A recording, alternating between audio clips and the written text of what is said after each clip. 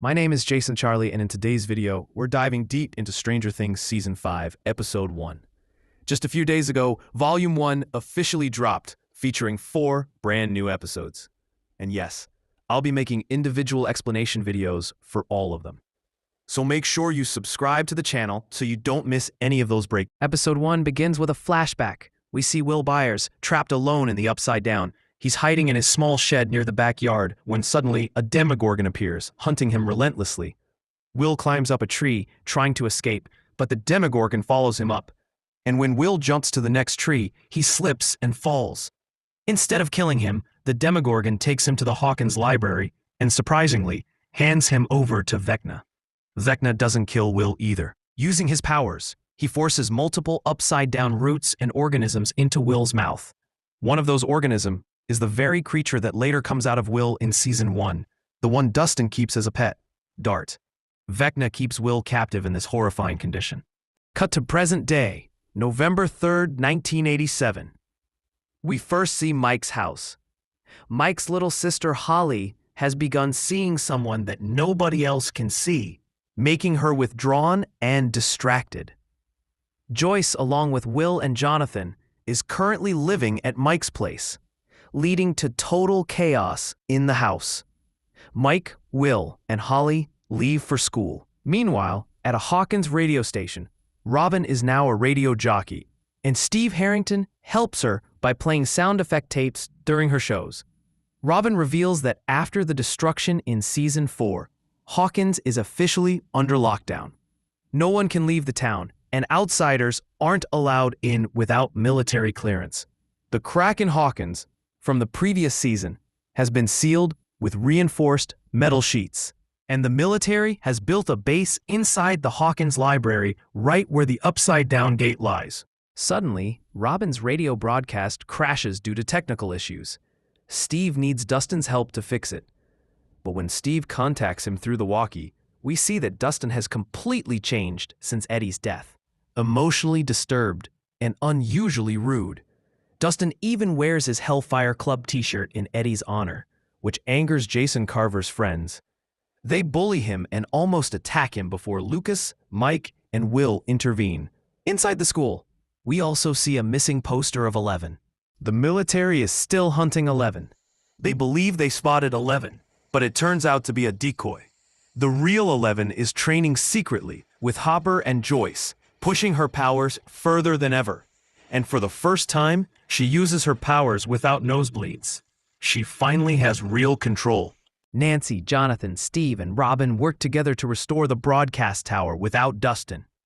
Steve and Jonathan even race each other up the tower, but eventually fix it.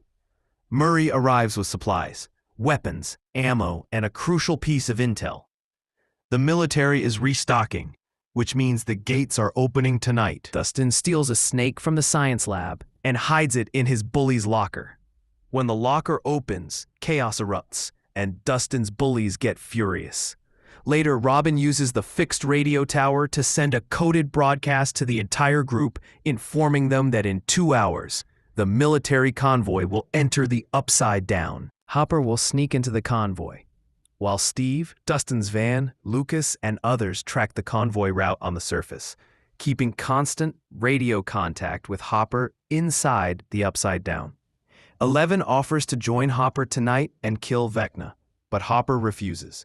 The military is active inside the Upside Down too. If 11 goes down there, she could be arrested, and everything would fall apart. The mission is codenamed The Crawl. Suddenly, Will senses something.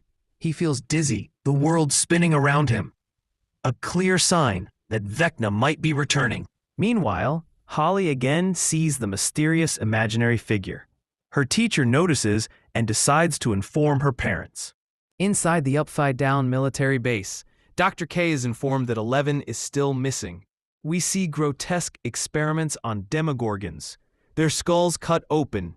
The military is studying these creatures intensely. At the hospital, Max is still in a coma. Someone stays with her every night, playing her favorite music to prevent Vecna from reaching her mind.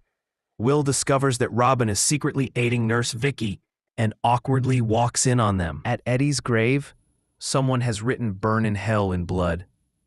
Dustin finds the same snake he hid in his bully's locker. The bullies catch him and brutally beat him unconscious. With Dustin missing, the group decides to execute the crawl without him. At the radio base, Hopper, Joyce, Eleven, Mike, Lucas, and the rest reunite. Mike and Eleven share an emotional moment on the rooftop, promising a new beginning once all this ends. Jonathan replaces Dustin at the radio controls. Steve drives the van along the military route, maintaining Hopper's signal. The crawl begins. Mike and Lucas observe the convoy. Before entry, the soldiers burn the surface of the gate to prevent creatures from escaping. Hopper sneaks onto one of the trucks and enters the Upside Down with the convoy. Everything is smooth until suddenly the trucks crash. Radio signals drop. Jonathan barely reconnects them. A terrifying roar echoes. A Demogorgon attacks the convoy, killing the truck driver beside Hopper. At the same moment, Will's mind connects to the creature. He sees everything the Demogorgon sees, and he sees it heading toward Nancy's house. The group rushes to her home. At Nancy's house, everything looks normal until Holly's room lights begin to flicker, just like Season 1. Whenever Demo Morgan was inside Will's house, a Demogorgon bursts through the ceiling of Holly's room. Now guys, the first episode ended on a cliffhanger. We'll only find out what happens next after watching Episode 2. But if you want to see the explanation video for Episode 2, be sure to subscribe to the channel. How did you like this episode? And what do you think will happen in the next episode? Let us know in the comments section.